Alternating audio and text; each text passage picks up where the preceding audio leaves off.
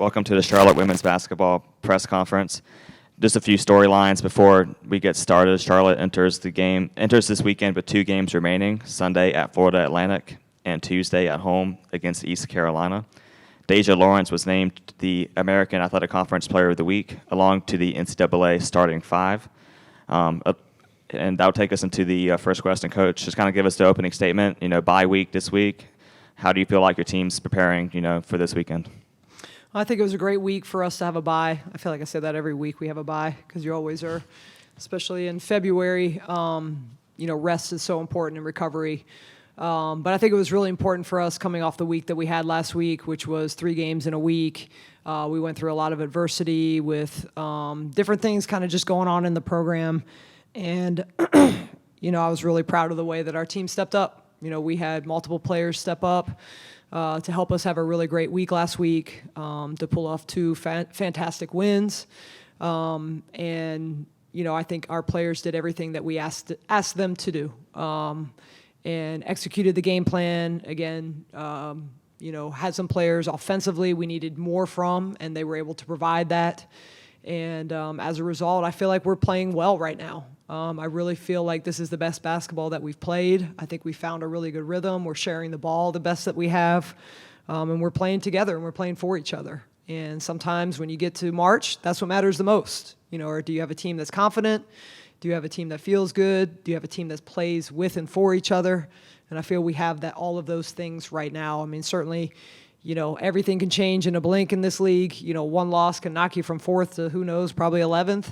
But hey, I'd rather be in that. I'd rather be in that. Like, this league has been a lot of fun. It's been super competitive. Obviously, the parity is just incredible. And I think we're just really enjoying the competition every week. And, this week will be no different with our last 2 games.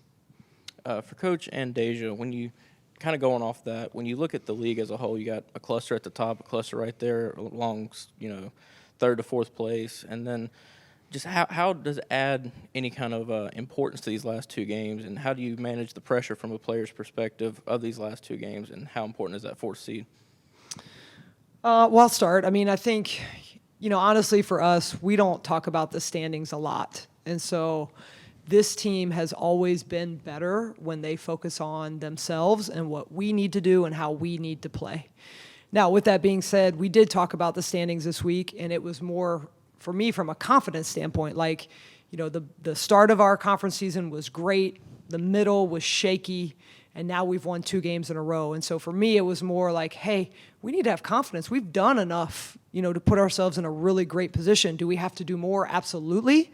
But everybody in this room needs to be really positive about where we're going and what we're capable of. So that was kind of the way that I wanted to use it, so they just understood, like, we've done enough. We've got to do more, but we've done enough, and we need to be really confident that the journey that we went on this season has prepared us for that.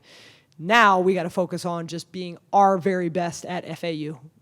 We need to execute the game plan, and we need to be locked in on that, but we need to play our very best, just like I feel like we did in our last 2 games. And just from a player's perspective, we know that this last week we call it our revenge tour. So we're focused. We're focused, going 1 game at a time. It's no pressure for us. As Coach says, we don't really worry about the standings. We do know how important it is for to get these last 2 wins, but we don't really look at that. We just know we take it a game at a time, and we just know we have to bring our very best these last 2 games. Coach, by necessity, you've had to go deeper into your bench. How is that going to help you down the stretch? I think it's going to help us tremendously. Nia Young has been a superstar for us last week. She had moments throughout the season. We just kind of struggled to see that consistency from her, both in practice and in games. And, oftentimes as a coach, when you see inconsistency, you just kind of give other players opportunities. And, particularly with Smitty being out, she's had a huge opportunity to play more minutes, and she's made the most of it. I think she's played very well. She's hit some timely shots, but defensively she's been solid. She's been really good for us in our pressure defense, and I think the team is really confident playing with her right now. And, I pulled her aside yesterday, and I said, Nia, you just need to keep doing everything that you just did last week. Like, you don't need to think about anything differently. You don't need to worry about anything. We are confident in you. You have earned this opportunity. and you're ready to help us, play really well down the stretch. So, certainly, I think she comes to mind in terms of somebody that has stepped up and really helped. But I think Fatu as well. Again, she's a player that, we've seen throughout the season have some really great moments and then have what you would call some really freshman moments. And, you get to February and she's got to have a lot more great moments than freshman moments. And she particularly needs them now because, she's been asked to play a lot more, 15, 20 minutes. And I think she's done a great job with her minutes too. She's just been a lot more consistent. And that is always great when you have somebody in and you know what you're going to get from them. Deja, as other players step up and take good shots and make good shots, how does that change your game and does that help you? Of course, I'm always excited for my teammates to capitalize on opportunities, especially for Nia. She reminds me so much of me and my journey here. But whenever teammates just come in and do what they're supposed to do, make shots, I'm just excited for them. I'm always cheering for my teammates, and it also gives me a little break, so I get to stand in the corner and watch them do what they do. So I'm always excited for my teammates. Coach, and Deja mentioned the revenge tour this week. FAU was a game that you felt like you could have had and just didn't win it. Do you feel like this team is moving toward winning games and learning how to win? I do. I think we took a big step last week. We had been in a lot of close games this year, and we have won some of those, and we have felt like we have blown some of those, to be quite honest, and we watch them every time. The team, unfortunately, always has to relive them.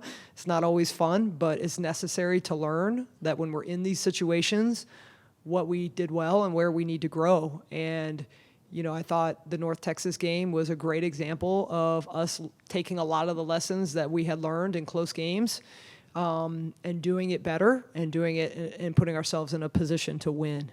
And so that's what we have to do. Again, at this point, most of the lessons have been learned. You never stop growing, so I don't want to give that impression, but we're in March, and the lessons have been learned, and now you have to apply the lessons at a very, very high level in order to close out, because every game's going to be close from here on out. There hasn't been blowouts, and they're not going to be blowouts, because March is tournament time. Whether we have 2 games left or whether we're in the tournament, it feels the same.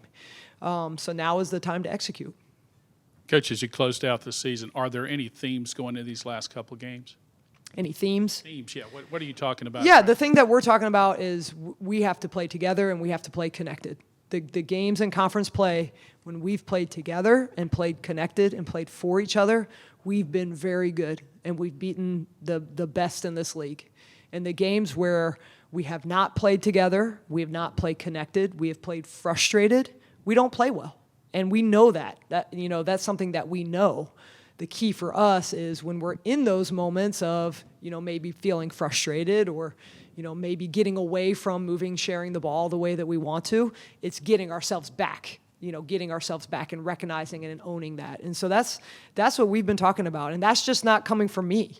I've had the players kind of fill out some sheets in the last couple of weeks, like, how do you think the team is right now? What do you think is the biggest factor in us playing better? What do you think is a factor or, a biggest challenge in us playing our very best? Across the board, we have to play connected, we have to play together, we have to play for each other. And that's a pretty cool thing when you're asking your team, they're writing it down so they don't have to say it in front of people and they all come back with pretty much the same answer. That shows, we know what we need to do, we just have to be consistent in doing it. For both of you, it's March. It's time to play the best basketball of the season. You guys are doing that right now. What do you want to take away most from last week to keep the good times rolling as the season closes out? Again, I think for us is just, it's the same thing I just said, like playing together and being connected. And sometimes adversity has a way to really get you there. Like I said, we had some moments of that throughout the season, but last week we hit some pretty significant adversity, and it just brought our team together in a way that we've been trying to do and maybe done some but haven't done consistently. And that's what we want to continue to do, regardless of the score, staying in that moment and playing together and fighting for each other. Same thing, just staying together, believing in each other, and most importantly, just having fun with each other.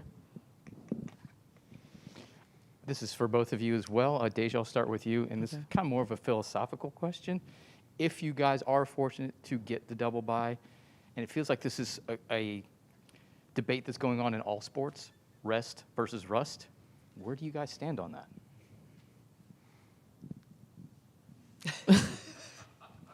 Great question. Rest, really. I know for us, rest is a big thing. Not just so we can have, like what we need to win. So we may be a little rusty here and there, but we take accountability of what we need to do for our bodies and get enough rest, recovery, whatever we need. So really big on the rest here. Yeah, I think for me, I wouldn't even address that. Like, that's not something I think about. It goes back to my one of my main philosophies is you control what you can control. And right now we're trying to control to finish the best that we can. And if we do that, fantastic. If we don't, then we'll show up and do the best with what we can control then. So if we get the double bye, we'll do everything we can to take advantage of that. If we don't, we'll do everything we can to prepare our team. And that's really what I feel like we need to focus on. I mean, certainly double bye helps. It's easier to win 3 games straight than 4 games straight. Everybody knows that. Like, there's no surprise in that. But ultimately, whatever we do to put ourselves in whatever position we put ourselves in, we're going to make the most of it. Coach, heading into this year and in a new conference, obviously as a coach you have a vision for how you want the season to go. How is it shaping up to the vision that you had coming into this year now that you're ending the regular season? That's a great question. I think coming into this year, I had really had high hopes that we would be a lot better than we were a year ago. And I think we've done that.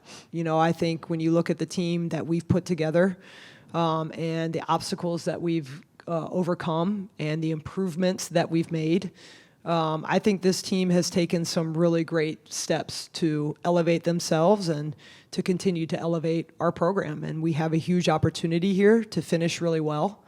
And, obviously we're going to do everything that we can to do that. But yeah, I mean, I felt like, again, going in this year, this was, almost like a redemption year for us after having so many injuries a year ago and having a really disappointing season. That's not Charlotte women's basketball, regardless of the circumstances that surrounded that. And I took a lot of pride in that. I thought our players took a lot of pride in that. Deja took a lot of pride in that. And, we've done a lot of good things this year. And, how we finish certainly will matter because everybody remembers the last thing you do. But I'm proud of this group and how we've come together. Obviously, Deja, AAC Player of the Week. This is for both of you. For Coach, how does she continue to exceed your expectations as a player? And then Deja, how do you continue to exceed your own expectations? Well, I have pretty high expectations. I don't know if she's exceeded them yet. Definitely not. But, I mean, the way that I would answer that is I think Deja's growth this year has been tremendous. Even her growth from, say, December to now, January to now, has been really significant. And I told her this. I texted her when she got Player of the Week. Like, this was her second one. This one meant more because of what we had to overcome as a team and what we asked her to do, which was, the North Texas game was a little different. She took a lot of shots. We needed her to in that moment. But the Wichita State game and the way she facilitated and found her teammates and, we could sit up here and talk all day about playing together and playing connected, but if Deja doesn't want to do that, we're not going to do that, right? And to Deja's credit, she has always bought into whatever vision or whatever message I've had for the team week by week. She's 100% bought into that. And, I believe because she's bought into that, she's grown as a player, she's grown as a leader, and she's a way better player today than she probably was even in January. Because she's making the right reads now, and she's understanding how people are playing her, and she's willing to give things up for her teammates. J.C. Busick's a better player today because Deja gives her the ball. And again, not that she didn't want to before, but she wasn't capable of making those plays consistently before. It's all a growth for her. And so that's, when I look at her, how she's grown and changed over the season, that's what I'm most proud of. But we're going to keep pushing her to keep getting better. And pretty much just showing up the way my teammates and my coaches need me to show up. Every week is different. Coach has asked me when I need to improve, she will let me know, whether that's on the court, off the court, being a leader, whatever that is. So I just try to be better than I was yesterday, whether that is leading my team or scoring. But I just take it one practice at a time, one game at a time, and listen to all the feedback and just try to produce the way I can.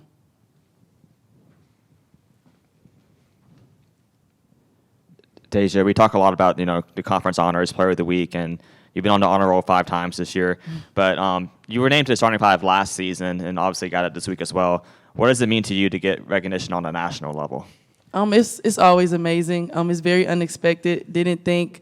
I know I got it last year, but I didn't think it would happen again. So it was very unexpected. And I'm just grateful that the league knows who I am and they know my talent here at Charlotte. So I'm just grateful for the recognition. Never let it make me get too high or too low. So just staying at it even and just understanding that I'm meant to be, or I'm good enough to be recognized at a national level. So just taking that with a grain of salt, but staying confident every day and showing up for my team.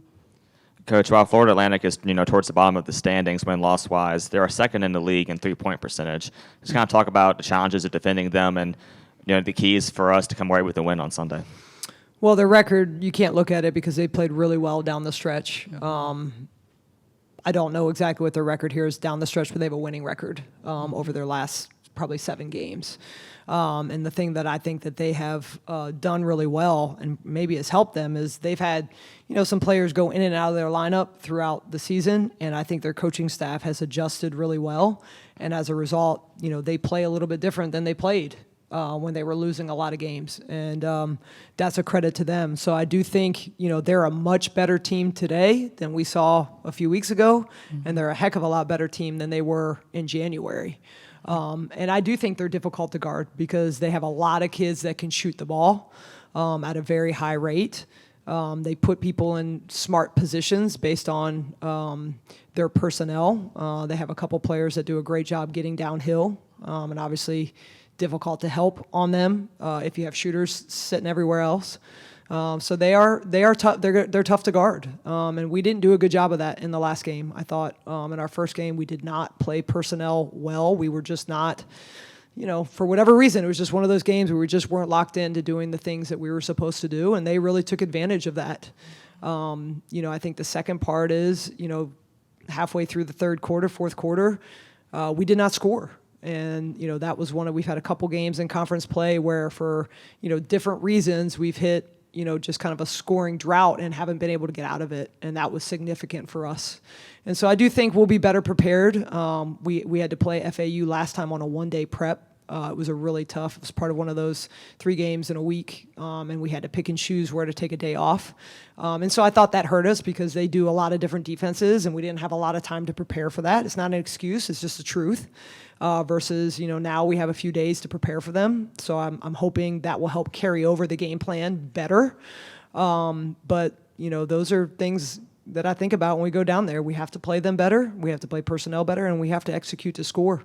It's going to be tough. It's their senior night. They're always tough on their home court. And so, again, like I said earlier, this is like a March game. This is a tournament game to me. Like, let's go down and let's compete like everything on the line matters. Thank you. This concludes the Charlotte Women's Basketball Press Conference. All right. Thanks, everybody, for coming out. Thank you.